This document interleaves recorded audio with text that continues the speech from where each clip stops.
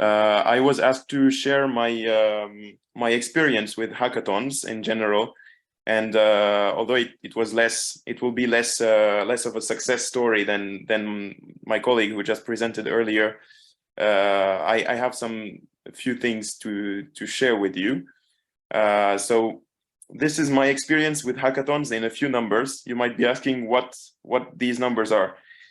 So 10, the first one, is the number of hackathons I've been enrolled in the last 3 years. 0 is the number of hackathons I won.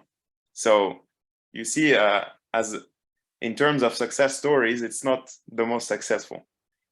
But the last number is where it all starts. This is my network growth on LinkedIn following these 10 hackathons. And in my experience, this is really life-changing.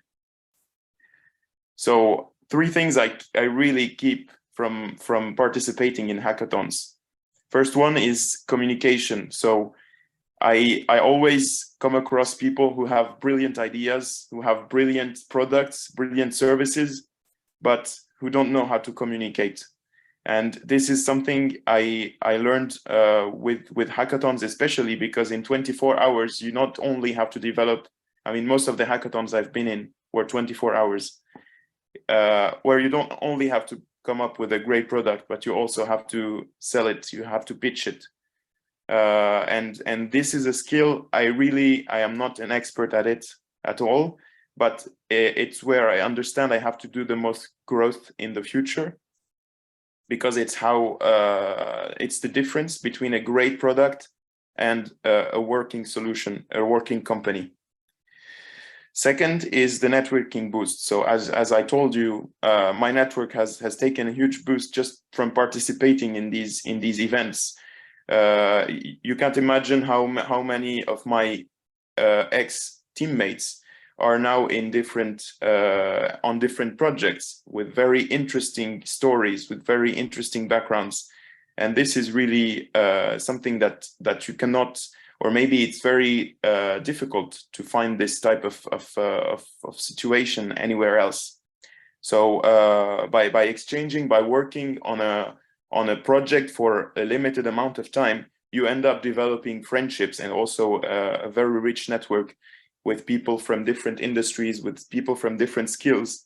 And whenever the day comes where you're starting a company, you know who to ask for whatever you need.